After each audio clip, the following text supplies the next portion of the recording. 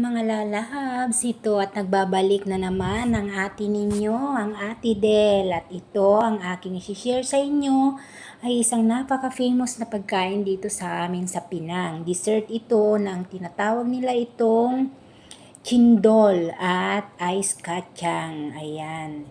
Mayroon niyang mani, kumpleto na ang para sa atin ay parang halo-halo lang. Napakasarap niyan guys, promise. Nag-enjoy kaming kumain ni Lola ng dessert na ito kasi malamig. Ito ang pagkain na fresh kapag ka nakain mo yan. Napakaginawa ng pakiramdam kasi ang dami-daming yelo niya yan guys. Maraming salamat sa panunood. Hanggang sa muling video at ito ang aking na-share sa ngayon. Ang aming chindol with mix with ice kacang. Maraming salamat guys! Hanggang sa muli! At masaya akong nagbabalik sa aking vlog. Sana suportahan ninyo ako. Bye-bye!